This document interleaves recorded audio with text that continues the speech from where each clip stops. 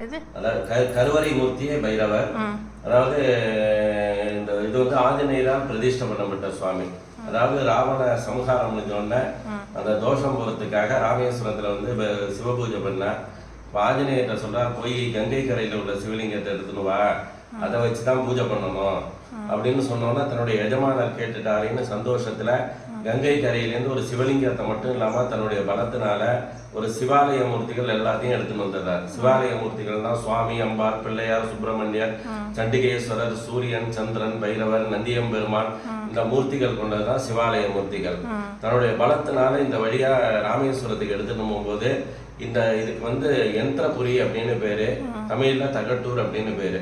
இந்த ஸ்தலத்துல தங்கணும்னு ஆவல் ஏற்பட்டு ஆஞ்சநேயர் உடம்புல அசதியை ஏற்படுத்தி இங்க தங்கிட்டு போகும்போது இந்த பைரவரை ஆஞ்சநேயரை இங்க பிரதிஷ்டை பண்ணிட்டு போயிறார். இது வந்து வைப்புத்தலம்.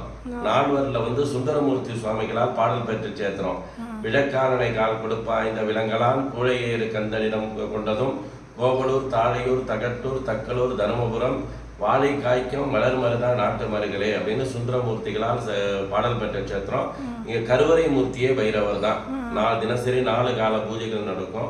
பிரகாரத்துலதான் சுவாமி அம்பாள்லாம் பிரகாரத்துலதான் இருக்காங்க.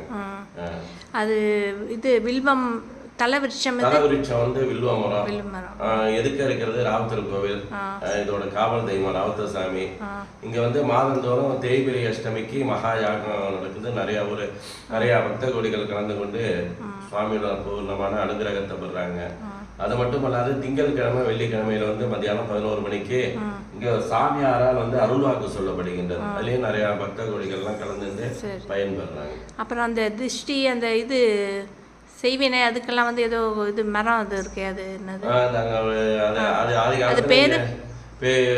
திருஷ்டி, மன உபாதை, இந்த பேய் மாதிரி இதெல்லாம் இருந்தா இந்த இங்க அருள்வாக்கு சொல்லும் போது வந்து விபூதி கேட்டு அந்த மரத்துல வந்து ஆணி அடிச்சுட்டு போவாங்க. இல்ல மரத்து கிளைய கட் பண்ணி ஊனி என்ன மரங்கள் அழிஞ்சி மரம்னு இங்க இருக்கு. அந்த அழிஞ்சி குச்சி வந்து வீட்டுல வந்து செய்வினை, பில்லி, சூனி அந்த மாதிரி உபாதைகள் இருந்ததுன்னா இங்க ராவுத்தர் கோயிலை சுத்தி அழிஞ்சி மரம் இருக்கு.